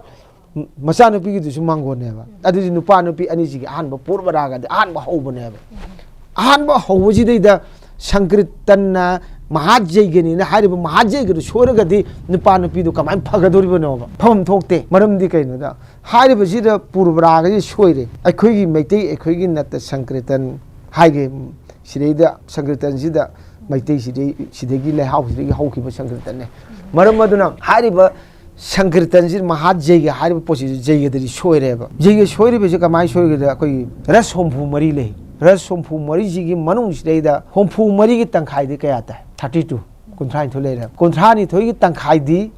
따라트루기 땅카이디 니판네 니판 시대기 땅카이 머리네디 마풍 파드레 अदुदी निपान दगे ताबा यादे हाइना गुरु सिने थबिरि जे कइनो मरी अमाने अहु मरी ओरगदि गसाई संगीतोनगी गसाई पंचरोस तो सुद्रे बा मपु मंगा दो सुद्रे मरी खदे निपान दे ताबा यादे हाइबने बा निपान सिदा जो अखोइगी मामतो मयूनगी मनु सिदैदा अखोइगी असंग थोंग सि याम लैगरे याम कुपथगरे अदुदी संगीतोन बिचार पु निमित अमा सुमना नैराबदसु मदु लोइबा ngam अदुगी समलब सम ए पंजगे अब हारि बसिदैदा संगीतन निपान लेपकद मफम सिदैदा तरुख लेपे याम लुबा अखा ए ngasi अखंग मिनेदि खंबिरि खंद सिने मासिमेदि हैब हाजरंगे मयाइ सिदे मंदोलि मयाइ सिदे तरुख लेप यादे तरुख सि लेप यादि सि कनाना ताकबिरमुन हाबा चेहि चामग निपान पुसिगिबा मयाइ कोइबिगी मिंग इधोगी मिंजु फांजरगे परौ बिरो खोइगी कोंगाइ लाकपम अभिराम साबा थाइने फावगिबसे अदु इधोसिगी मिंगदि असेंगदि इबोम चाकौ अभिराम साबना इधो अभिराम साबना अइबु नोमाथे मचादुम तो कौरो हाना अदे इधौ अइ चले इधौ युमदा अइ कनो खरा पुरो चले इधौना लाव लाव लाव न तव इधौ कइ चाना थ ए चाना पुरो यम लु तौबिए बा इसे नोमाथे मचाना नोमाथे मचाना अदे इधौना हाय नंग सिरेगेरा हाय करि न इधौ ना हाय बसिरे इधौना नंग सिरेगे अइ करि न इधौ तापिरे नंग करिगिनो पला तरु लेप नंग सइ मरु कइगिनो सिनेबा अरे इधौ करिए कायब लेगे हे पला तरुती मृत्यु ताइने सिनेबा अने पाउ इधौ मृत्यु दि के असीब हाइबने असीब तारगदि अदु नंग पला तौसे नंग युमुदुगी दोष ओइगदोरिब्रा नंगी दोष ओइगदोरिब्रा पुंगयेबगी दोष ओइगदोरिब्रा न इधौ सिने ताकपिए अदि मरमदो ताकपिरो दनि इधौ मृत्यु थिउ अन हाय अमा अनि अहुम जे आई दुई मृत्यु हाय आई दुई मृत्यु जे असीब हाइबने अदुगी पुमहम द मरक्त तरुक लेप तारगदि तरुक तो अमा अनि अहुम मरी मंगा तरुक आई दुई मृत्यु तारे असीब तारे नंग कमादो अदु सक्सोलि यादे निपान दे ताबे यादे सिनेब इदौ ताकपिरमिसे अदु ऐ कीबा हौरे अदि मु इदौ सिना हाइरे इदौ नि ताकपिरे नंग प्रणालिका लौरबा इदौ ऐ लौदे प्रणालिका हाइसिनो जा कमाइ दौ सी मरम जो यार के प्रणालिका इदौ लौजेदे सिनि नंग सोरा सकपरा सई सिने रुहोंग सकपरा सई जेगे सकपरा सई फिरो नंग प्रणालिका लौदन कदौ सई यादे सिने इदौ जिना अदो प्रणालिका लौद्रगदि सिदैदा सकप यादे हाइबुगी मरम सि याम चाव लेरमे नत संकृत मनु सिदैदा उरिक लुकुन थांगी को सिजु लाइमिंग लौदन न संकृतन याव यादे ngसाइगे आइ ममांग पनखिबा कोताल अमा दगी पुको येला मदु हाइबदु नतब उरिक लुकुन थांग संकृतन याव यादे हाइबि अदु लुकुन थांग हेदा निमित एंटरटेनमेंट प्रोग्राम ओरगदि कुकुमई ओरगदि सो मा तौ तंगाय फदन तौबदि याय अदु संकृत हाइदन मंदोले थारग पंचतर तत थादना अदगी सखिनी पांगी भाब लौदना तौदना खोदना अदुगुम तौ मफम चंग तारग संकृत यादि प्रणालिका लौदबे यादे उरि लुकुन थांगदबे यादे अदि प्रणालिका जे कमाय तौबे दौ नंगना उसिजब गुरु देगी लौरसु याय सिनेबा अदि ऐ सोरा सब कीरे ऐ कमाय सो दे गुरु ऐ कमाय सोरा से कमाय सो तो ऐ सोरा से सकते दोहारगुम पलागुम सम याय अखि इमानबा सिंग सल्ले अदगिदि लास्ट ऐ गुरुदेव ऐ प्रणालिका लौरेबो अदि प्रणालिका सिदसु अहामदा नबदि भाब लेगदौनी अदि मथंग बिरनाबोन भाब लेगदौनी अदुना सादो सिदोना लेयबको सिदैदा सोमनाकनना अहामगी नोबदि सिना करी ओइगनी अदगी करी मिंग कौगनी बिरनाबोन गी रसन करी कौगनी हाइबसि पोरम ख लेयको अदु खंगबो ऐजे अदुदि गौरांगा की लीला सागा अदुई मतुंग ऐसी भक्त मोइन ऐसी यावजरिबने अदि नीति लीला तारा कान ऐ सखी बात ऐसी manjuri si sumadro ai sakini ai si haibudu adugi rasadu ai matang ko ai magi seba to ni matang ko leba ai ni haibudu adu ro dinga sai chole ba kaino jiru nga sai sampurna oi shuddha oi phare mapung phare mongol oi haibane ba mai to prana lai ka laud ba yade adagi amana ahal singna tapibada sei sakpa oja singna libi bani ko guru sing libi bani makhoi gi isana pi mo hongdore ne tangang taton dada adu isei je kana sa ji pung ji kana en ji adu pamine adu ma pi kaina rabra ma pakhara adagi ma macha nu pa popura kai thinai hai ba tek ta kai da ji thinara me hai dinga sai gi somna kana ai mamang da pan gi bu do pa po jatra po bi thi da na adi du da me to gi bu do adu gi ras dum changa ka do ne ba adu main to raga tawi hai da na adu di ma isei sak tu kana chung phiran cha bra ma masak phaja bra nem bra adu di ai sa ga sa lo ma soina ba mini ai sa lu hong da sa lo purba ga sai ras do ka sai lu gi ba ras do si ma tang la ka do ni adu di kamai tra ga kana ta ji adu sa an ji adu ye hen ji adu di ai pam jare ai ma pung phai ba te ta kai da ba hai bu oi re hai da adu ma tra ga sankritan ji sak sona lam me adu huji sankritan si da khoi gi jugol hai ba di ani na punba ani punda ba ya da polam khak su lei ba jugol oi da ba ya da ba di nu pa ma nu pi ma jugol oi da ba ya da ba adu jugol gi bhap hai ba di adu ani punba am khak lei ba ni na ngasai huji tawriba sankritan ngasai gi bim takpi gi ba mamang da tawramba du ga huji tawriba luhong ma da tawri pungyai ba am khak yeraga khei sak ani ga je masi je yamna tawhoi da ba po ne yamna tawhoi da ba po ne adu si kare ai ngasai je praja bhap ta han na dau ne yumbu du bhap ta adu akhang ba mi na yade nupi ne sa ju ngasai sankritan du gi mapung pha ba mi du le pa sachi na hai re ba ko adu du aina akhang ba mana akhang ba aina mai thobu oi do mama mapa do simadi phatti he nasanu pi hong do ji sumai to do ni sumai si phatti sumai do takpi ge do ne ba sai gi nungai ba rom de chak khare son pa la ga khare to ra ga khol ga ri hai ba sing mayam am lai ga ngang ning ba di yam yam me pien de ba su yam yam pien de adu sai aru bo ji ma de hai je rang ga ba adu di pung yei ba su ani ne yei bi ro sei sak ba du jung sai gi taru le pi ro pasa tha ba ngak ta khan ga no ba pasa tha ba rom de base to ga di ya ra roi ba sangi to no sai gi kat li ba du mapung pha ro isa gi ni mango nu kamai oi ga do ri ba no ba oi re roi adu maram adu na hari ba se mami tv bu yeng bi re ba ko sinau ahal ma singna hari ba se isa gi ni adegi chanu pi gi ni chanu pa gi ni khanbi ba tar ga de hari ba se kari le gi thibi ra ga luhom ba gi sankritan tawri ba si de somna kan na mayam ma thi gre mamang da hanga chara roi adu somna kan jei gi de soi re ba tuma su dre ba pung ye bu ama katang tuma su bro ani ju su de tam nan natra adu de ani su ringa chai jugol haib du letra de ri sakpa ma duhara ma khongba ma khoram khomang ma thang ma duhar ma thang ma khomdol ma ri khomdol ani jugol oidra sebe loinam oidra ngi bani jugol oya ba ko adu marak te lepi posi ne ba mayai si de lepo mata mritu ta dra ga lore mritu ta ra ga di phatte ba yam dra bada ngasai gi mi ma kan sina saba oi ga dau ne ba adu ga hayeng karma gi sarada gi de ga di somna kan da koi gi leiri ma top tu gi somna kan da mai gi maning dra si thong kai ne yam leiri ba adu hangan ba ya de ba pala taruk to ya de ga sai idong ta piram ba ni sehi chamang ni pan pu si gi ba amana takpi ba sibu lore ne ko hai ba di sehi cham ni pan sehi cham hela ba kali de sehi cham hela ba nu pa na ta nu pi sin la pi ba bor thongi adu sap to ba kuda ga thong ni sima adu sehi cham hel nu ba kai ga nu an oja sin thabira mi ne ba adu hoji leiri ba situation si da su palai pala yam da ba thinare pala yam da ba adi amana akhang ma mi de ai di pala ni pa le kan ai nu pa na sakane nupi na sallo nupi du sakpa yade ha de sa over adu nupi na saibi de su yam phai ha ba pharaga su sankritan ni krom de de ama wala tare le ba krom je ama ko wat ka ne ba adu tare le aina si hai dan tabi de sing na su kayam khang da na hai gi ne ko adu khangning ba le ga su direct ti yeng aina su ai khang na te direct ti yeng ga direct ti pa ga oja sing tham de krom du ne ba aina hai je mapung pha da ba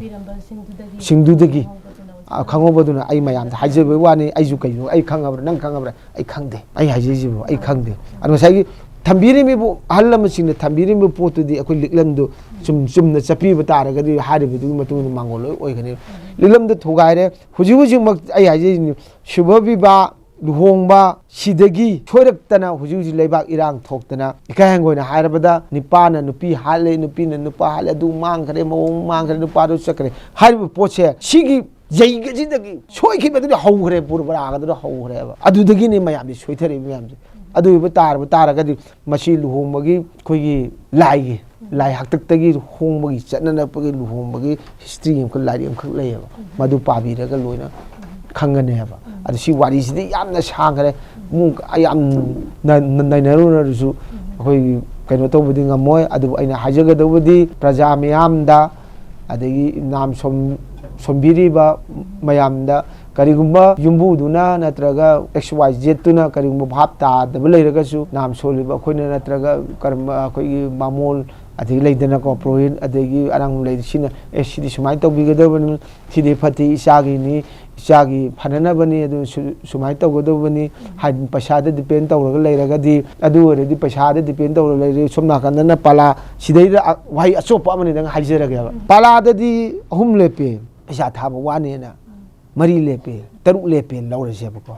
ꯑꯗꯨ ꯁꯣꯝ ꯅꯥꯀꯟꯗ ꯚꯥꯕꯣꯛ ꯑꯀꯣꯏꯕꯗ ꯃꯌꯥꯝ ꯑꯃ ꯊꯥꯔꯒ ꯄꯩꯁꯥ ꯃꯌꯥꯝ ꯑꯃ ꯊꯥꯔꯤꯗꯅ ꯑꯗꯨ ꯃꯈꯣꯏꯁꯨ ꯄꯥꯂꯥꯅꯦ ꯍꯥꯏꯕ ꯍꯧꯖꯤꯛ ꯆꯠꯅꯔꯤꯕꯅꯤ ꯑꯗꯨꯗ ꯁꯣꯝ ꯅꯥꯀꯟꯗꯅ ꯁꯛꯀꯗꯧꯔꯤꯕ ꯖꯩꯒ ꯇꯧꯒꯗꯧꯔꯤꯕ ꯃꯁꯤ ꯄꯥꯕꯨꯡ ꯁꯪꯈꯥꯏꯕꯨꯇꯨꯝ ꯍꯥꯏꯕꯅꯤ ꯇꯟꯗꯙꯥꯔꯗꯨꯗꯗꯤ ꯁꯨꯗ꯭ꯔꯦꯅ ꯖꯩꯒ ꯇꯧꯗꯧꯔꯤꯕ ꯍꯣꯝ ꯄꯤꯗꯧꯔꯤꯕ ꯑꯩꯈꯣꯏ ꯁꯨꯃꯥꯏꯅ ꯀꯣꯏꯁꯤꯜꯂꯒ ꯑꯩꯈꯣꯏꯒꯤ ꯑꯒꯅꯤꯍꯨꯇ꯭ꯔꯤꯗꯒ ꯍꯣꯝ ꯄꯤꯕ ꯂꯩꯕꯗꯣ ꯇꯟꯗꯙꯥꯔ ꯀꯧꯋꯦꯕ ꯇꯟꯗꯙꯥꯔꯗꯣ ꯁꯨꯗ꯭ꯔꯒꯗꯤ ꯖꯩꯒ ꯇꯧꯕꯒꯤ ꯐꯣꯟ ꯐꯪꯗ꯭ꯔꯦꯗꯅ ꯑꯗꯨꯃꯥꯏꯅ ꯇꯧꯗꯅ ꯁꯪꯀꯤꯔꯇꯟ ꯖꯩꯒꯒꯤ ꯇꯟꯗꯙꯥꯔꯁꯦ ꯃꯁꯤꯡ ꯁꯨꯗ꯭ꯔꯒꯗꯤ ꯁꯪꯀꯤꯔꯇꯟ ꯀꯠꯄꯒꯤ ꯐꯣꯟ ꯐꯪꯗ꯭ꯔꯦ ꯏꯆꯥ ꯃꯪꯒꯣꯜ ꯑꯣꯏꯔꯔꯣꯏ ꯑꯗꯨ ꯁꯤꯒꯨꯝꯕ ꯃꯌꯥꯝꯁꯤꯗꯒꯤ ꯁꯣꯏꯔꯛꯄꯅꯤ ꯑꯗꯨꯅ ꯄ꯭ꯔꯖꯥ ꯃꯤꯌꯥꯝꯅ ꯈꯪꯕꯤꯒꯗꯕꯗꯤ ꯃꯁꯤ ꯀꯃꯥꯏꯅ ꯇꯧꯔꯒ ꯁꯣꯏꯔꯤꯕꯅꯣ ꯀꯃꯥꯏꯅ ꯇꯧꯔꯒ ꯁꯣꯏꯔꯣꯏꯗꯕꯅꯣ ꯍꯥꯏꯕꯁꯦ ꯃꯁꯤ ꯑꯈꯪ ꯑꯍꯩ ꯇꯥꯟꯅꯕꯤꯔꯦ ꯍꯥꯏꯔꯒ ꯏꯆꯥ ꯏꯁꯨ ꯌꯥꯏꯐꯅꯕ ꯐꯅꯅꯕ ꯃꯁꯤ ꯍꯣꯠꯅꯕꯤꯕꯗ ꯇꯨꯡꯂꯝ ꯆꯠꯇ ꯃꯁꯤ ꯁꯣꯏꯗꯅꯕ ꯇꯧꯕꯤꯌꯨ ꯍꯥꯏꯗꯅ ꯑꯩ ꯃꯃꯤ ꯇꯤꯚꯤꯒꯤ ꯁꯤꯌꯥꯔ ꯑꯃꯈꯛ ꯇꯧꯖꯔꯦ ꯍꯥꯏꯔꯒ ꯄ꯭ꯔꯖꯥ ꯃꯌꯥꯝꯗ ꯑꯩꯅ ꯍꯟꯅ ꯈꯨꯔꯨꯝꯖꯔꯤ ꯃꯁꯤꯃ ꯊꯤꯖꯤꯟꯕꯤꯌꯨ ꯍꯥꯏꯅ ꯑꯩ ꯊꯝꯖꯒꯦ ꯑꯣꯖꯥ ꯍꯧꯖꯤꯛꯀꯤ ꯑꯣꯖꯥꯒꯤ ꯋꯥꯐꯝꯗ ꯑꯩꯈꯣꯏꯒꯤ ꯚꯥꯕꯨꯀꯤ ꯑꯃ ꯍꯥꯏꯐꯦꯠ ꯄꯟꯕꯤꯔꯝꯕꯁꯦ ꯃꯁꯤ ꯑꯩꯅꯁꯨ ꯍꯪꯖꯒꯦ ꯇꯧꯔꯝꯕ ꯍꯥꯏꯇꯥꯔꯦ ꯉꯁꯤ ꯚꯥꯕꯨꯀꯤ ꯀꯩꯅꯣꯁꯦ ꯑꯩꯈꯣꯏꯒꯤ ꯃꯥꯗꯤ ꯅꯨꯡꯉꯥꯏꯇꯦ ꯐꯖꯗꯦ ꯍꯥꯏꯗꯅ ꯚꯥꯕꯨꯛꯁꯦ ꯄꯪꯍꯥꯞꯇ ꯍꯥꯞꯆꯜꯂꯒ ꯃꯌꯥꯝ ꯌꯥꯝꯅ ꯍꯥꯏꯇꯥꯔꯦꯀꯣ ꯐꯝꯖꯤꯟꯕ ꯑꯃꯒꯤ ꯀꯩꯅꯣꯁꯤꯃ ꯂꯩ ꯃꯁꯤꯃꯛ ꯌꯥꯎꯗꯕ ꯅꯠꯇ꯭ꯔꯒ ꯌꯥꯎꯔꯒꯁꯨ ꯃꯥꯒꯤ ꯀꯩ ꯍꯥꯏꯅꯤ ꯃꯁꯤꯡꯁꯦ ꯑꯀꯛꯅꯕ ꯂꯩꯕ꯭ꯔꯥ ꯀꯩꯅꯣꯅꯦ ꯑꯀꯛꯅꯕꯗꯤ ꯂꯩꯇꯦ ꯑꯩꯈꯣꯏ ꯁꯪꯀꯤꯔꯇꯟ ꯕꯤꯆꯥꯔꯒꯤ ꯃꯅꯨꯡꯗ ꯌꯥꯎꯔꯤꯕꯁꯦ ꯑꯩꯈꯣꯏꯒꯤ ꯃꯥꯏꯀꯩꯁꯦ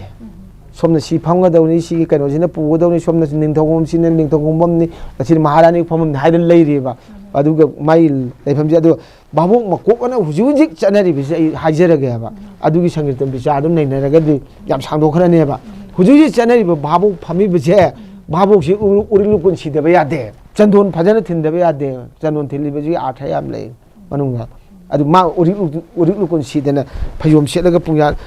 ꯂꯤꯠꯂꯒ ꯐꯝ ꯇꯥꯔꯕꯅꯤ ꯃꯥ ꯚꯥꯕꯣꯛ ꯑꯣꯏꯕꯒꯤ ꯀꯩꯅꯣ ꯄꯩꯁꯥꯗꯨ ꯄꯥꯝꯕꯒꯤ ꯅꯠꯇ꯭ꯔꯣ ꯑꯩ ꯍꯥꯏꯖꯩꯁꯦ ꯑꯗꯨꯗꯤ ꯃꯥ ꯁꯪꯀꯤꯔꯇꯟꯗꯣ ꯃꯥ ꯃꯨꯟꯅ ꯇꯥꯒꯗꯧꯕꯅꯤ ꯚꯥꯕꯣꯛ ꯃꯀꯣꯛ ꯑꯣꯏꯕꯁꯤ ꯃꯨꯟꯅ ꯇꯥꯒꯗꯧꯅꯤ ꯍꯣꯔꯦꯟ ꯚꯥꯕꯣꯛꯁꯤꯅ ꯃꯀꯣꯛ ꯐꯝꯕꯁꯤꯅ ꯁꯪꯀꯤꯔꯇꯟꯒꯤ ꯃꯇꯥꯡꯗ ꯀꯗꯥꯏꯗ ꯈꯣꯏꯔꯝꯒꯗꯒꯦ ꯍꯥꯏꯕꯕꯨ ꯍꯧꯖꯤꯛ ꯈꯪꯗꯦꯕ ꯈꯪꯗꯦꯅ ꯑꯩ ꯍꯥꯏꯖꯒꯦ ꯌꯥꯝ ꯀꯟꯅ ꯍꯥꯏꯒꯦ ꯑꯩ ꯐꯨꯒꯦꯁꯨ ꯐꯨꯖꯁꯅꯨ ꯑꯩ ꯀꯩꯁꯨ ꯀꯤꯕꯤꯗꯦ ꯚꯥꯕꯣꯛ ꯂꯥꯛꯀꯗꯧꯔꯤꯕꯁꯤ ꯀꯔꯤꯅꯣ ꯑꯗꯒꯤ ꯃꯤ ꯑꯇꯣꯞꯄ ꯑꯃꯒꯤ ꯀꯔꯝ ꯑꯃ ꯊꯣꯛꯄ ꯃꯇꯝꯗ ꯚꯥꯕꯣꯛ ꯏꯍꯥꯟ ꯍꯥꯟꯅ ꯂꯥꯛꯄꯁꯤ ꯕꯣꯔꯤꯅꯔꯤꯅꯤ ꯃꯤ ꯌꯥꯝ ꯂꯩꯌꯦꯕ ꯚꯥꯕꯣꯛꯁꯦ ꯚꯥꯕꯣꯛꯁꯤ ꯃꯁꯛ ꯈꯪꯗ ꯌꯥꯗꯦꯕ ꯁꯣꯝ ꯃꯈꯥꯗ ꯐꯝꯕ ꯚꯥꯕꯣꯛ ꯑꯋꯥꯡꯗ ꯐꯝꯕ ꯚꯥꯕꯣꯛ ꯑꯗꯩ ꯃꯅꯤꯡꯗ ꯐꯝꯕ ꯚꯥꯕꯣꯛ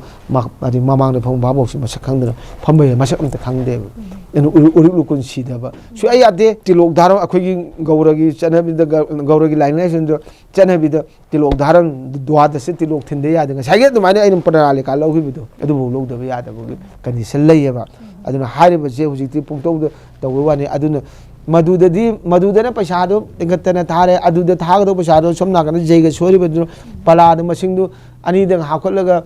9 ꯁꯨꯍꯜꯂꯒ ꯐꯖꯅ ꯃꯄꯨꯡ ꯐꯥꯅ ꯁꯪꯀꯤꯔꯇꯟꯗꯨ ꯃꯄꯨꯡ ꯐꯥꯔꯕꯗꯤ ꯃꯥꯒꯤ ꯖꯩꯒꯗꯨ ꯁꯣꯏꯒꯗ꯭ꯔꯣ ꯁꯣꯏꯔꯣꯏ ꯑꯗꯨ ꯁꯣꯝ ꯅꯥꯀꯟꯗꯅ ꯑꯩꯈꯣꯏꯒꯤ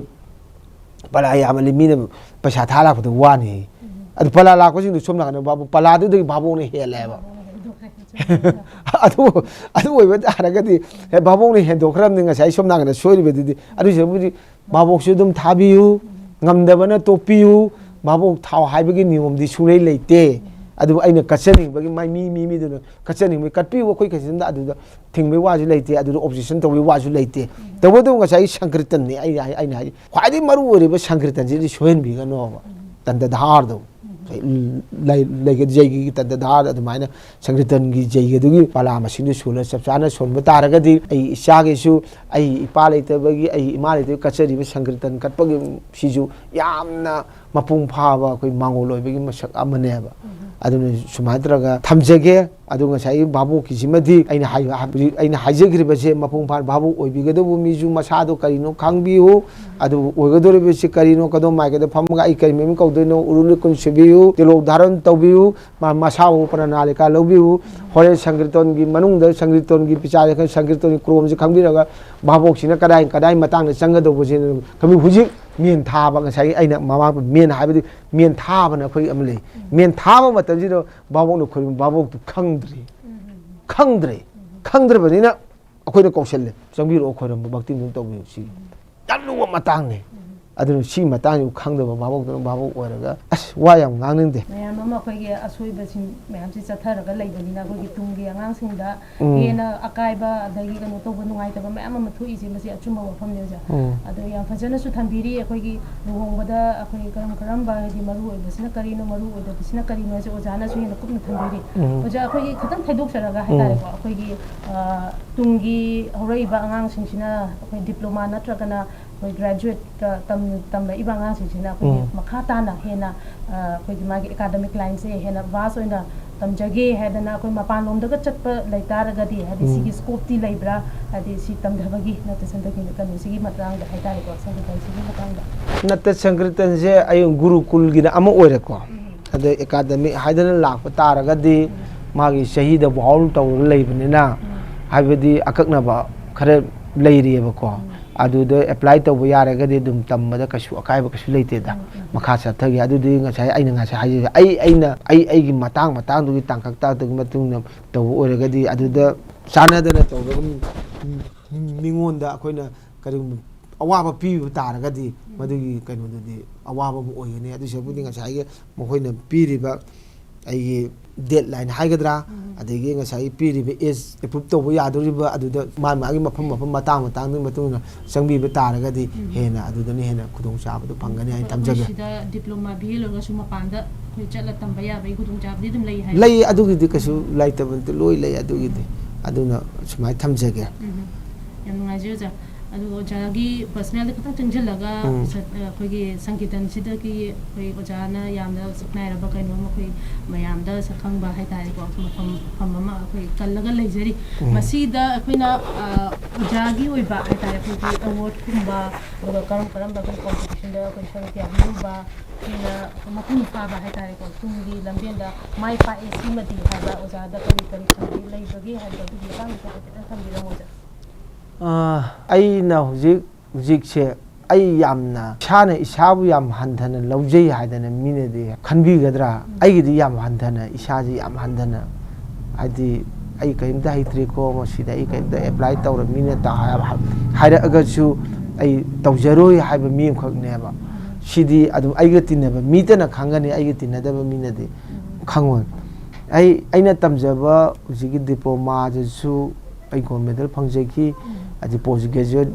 ꯑꯩꯈꯣꯏ ꯄꯤ ꯖꯤ ꯍꯥꯏꯇꯥꯔꯦꯀꯣ ꯁꯤꯗꯁꯨ ꯒꯣꯜ ꯃꯦꯗꯜ ꯑꯗꯨꯝ ꯐꯪꯖꯈꯤ ꯑꯗꯒꯤ ꯗꯥꯛꯇꯔ ꯑꯝꯕꯦꯗꯀꯔ ꯐꯦꯂꯣꯁꯤꯞ ꯑꯦꯋꯥꯔꯗ ꯑꯗꯨꯝ ꯈꯔ ꯃꯈꯩꯗꯤ ꯑꯗꯨꯝ ꯐꯪꯉꯦ ꯑꯗꯨ ꯊꯣꯏꯗꯣꯛꯅ ꯁꯤꯗꯩꯗ ꯑꯩꯈꯣꯏꯒꯤ ꯀꯩꯅꯣꯝꯈꯛ ꯌꯥꯎꯔꯤ ꯑꯦꯋꯥꯔꯗ ꯐꯪꯕꯒꯤꯁꯤꯗꯁꯨ ꯃꯁꯤ ꯑꯦꯋꯥꯔꯗꯁꯤꯁꯨ ꯑꯩꯈꯣꯏꯒꯤ ꯏꯁꯇꯦꯠꯀꯤ ꯑꯣꯏꯔꯣ ꯁꯦꯟꯇ꯭ꯔꯦꯜꯒꯤ ꯑꯣꯏꯔꯣꯀꯣ ꯁꯤꯗꯁꯨ ꯉꯁꯥꯏꯒꯤ ꯍꯌꯦꯡ ꯍꯟꯅꯨꯔꯀꯥꯟꯗ ꯊꯕꯛ ꯇꯧꯕ ꯋꯥꯛ ꯇꯧꯕ ꯉꯝꯗ꯭ꯔꯀꯥꯟꯗ ꯍꯥꯏꯗꯤ ꯄꯤꯕꯤꯒꯗꯕꯒꯤ ꯁꯔꯨꯛꯄꯨꯗꯤ ꯉꯁꯥꯏꯒꯤ ꯃꯥꯅ ꯐꯤꯜꯁꯤꯗ ꯆꯦꯟ ꯆꯣꯡꯖꯔꯤ ꯃꯇꯝꯁꯤꯗ ꯑꯦꯋꯥꯔꯗꯀꯁꯦ ꯅꯪ ꯁꯨꯃꯥꯏꯅ ꯁꯤꯒꯤ ꯑꯦꯋꯥꯔꯗꯁꯤꯃ ꯐꯪꯉꯕꯅꯤ ꯍꯥꯏꯅ ꯅꯪ ꯁꯤꯗ ꯀꯟꯅ ꯍꯣꯠꯅꯔꯒ ꯍꯌꯦꯡ ꯍꯟꯅꯨꯔꯀꯥꯟꯗ ꯆꯍꯤꯅ ꯆꯠꯀꯗꯕꯒꯤ ꯈꯨꯠ ꯂꯥꯝꯕ ꯐꯥꯡꯗꯨꯅ ꯀꯃꯥꯏꯅ ꯇꯧꯔꯒ ꯑꯗꯨꯗ ꯍꯣꯠꯅꯔꯨ ꯑꯦꯋꯥꯔꯗ ꯄꯤꯁꯜꯂꯒ ꯃꯗꯨꯒꯤ ꯑꯦꯆꯤꯞꯃꯦꯟꯗꯨ ꯇꯧꯔꯦ ꯍꯥꯏꯔꯒ ꯀꯩꯗꯧꯗꯣꯏꯅꯣꯕ ꯑꯗꯨꯗꯤ ꯑꯩ ꯁꯤꯃꯣꯠꯅꯦꯕ ꯑꯗꯨ ꯑꯩ ꯑꯦꯋꯥꯔꯗꯀꯤꯗꯃꯛꯇꯁꯨ ꯑꯩ ꯊꯣꯏꯗꯣꯛꯇꯦꯕ ꯑꯩꯗꯤ ꯑꯩꯅ ꯇꯧꯖꯔꯤꯕ ꯈꯔꯁꯤꯅ ꯃꯤꯅ ꯄꯦꯟꯕꯤꯔꯒ ꯃꯗꯨꯗ ꯄꯤꯔꯛꯄꯗꯨꯅꯦꯕ ꯑꯩꯅ ꯄꯥꯝꯖꯔꯤꯁꯦ ꯑꯗꯨ ꯁꯤꯗꯩꯗꯗꯤ ꯑꯗꯨ ꯍꯥꯏꯕꯗꯤ ꯌꯥꯝ ꯍꯥꯏꯅꯤꯡꯉꯦ ꯑꯗꯨ ꯍꯥꯏꯅꯤꯡꯗꯦ ꯁꯨꯡꯍꯥꯏ ꯍꯥꯏꯅꯤꯡꯗꯦ ꯑꯩ ꯑꯁꯤ ꯃꯔꯝꯁꯤꯗꯗꯤ ꯑꯗꯨ ꯍꯧꯖꯤꯛ ꯁꯦꯡꯅ ꯑꯦꯀꯥꯗꯃꯤꯗ ꯑꯣꯖꯥ ꯑꯣꯏꯔꯦꯕ ꯑꯗꯨ ꯑꯣꯏꯔꯦ ꯑꯣꯖꯥ ꯑꯣꯏꯔꯦ ꯑꯗꯨ ꯉꯁꯤꯐꯥꯎꯗ ꯑꯩ guru mayamna phammiba pidya phakto phamhamdo ai ngasibo e kakhatlaga phamdri haidi phaktu ju singibe yai mafamdu ju singibe yai adu ai ngasibo da ai chahi nepal hela bane asi sireida ngasibo da ai phak hai guru mayang phamdu ai ngasibo phamjadri haibadi ai ne he changa ga ai tambi tapi guru dev mayam labirami ko ai huji ngarang nahan pepe laur baina oja oraga du kaino du pham kakhatlaga phambagi ai itik leise ai isana ne ai isagi kaino kasit ne ko ai isagi nijebadu ne ai ngasibo kurumaga yang ngasibo phamjadri sumai dawdana leiba ai pung wakhan ne hariba maksi ngasi maksi ju silupa unari ju haibadi ngasi maksi ju yamna kuiraba tungda haiba tare aina yadri nga ko yadri mine tabda khoina ngangbuda taningoi adi mina akoina haiba matamda mina yengningoi masi tokiji haiba matamdudagi ngasi je yamna nusiba tamamada yamna ju thuba haitare ko koi yamna ajelo mafamda koi kai haitare matam mamda maidra tobira puje ai thagache haina lawi adu ngasi di mapung phan bire haina ai thamjage deida Aja akhoi ujana akhoi sankirtan gi kanu sida lamdadi akhoi kanu yobi hadan hai tare ko makok thongba adagi akhoi award ka phangdana de mayam dagi koina sak tak ngamba amagi kanu da akhoi leibire adu sinata ba akhoi ujana atai gi lamda hadi acting gi lamda drama gi kanu da su hafet kanu thengambagi saruk yarambagi adugumba ma so akhoi ujana ngasai wari rijaki badu akhoi na tanjanguda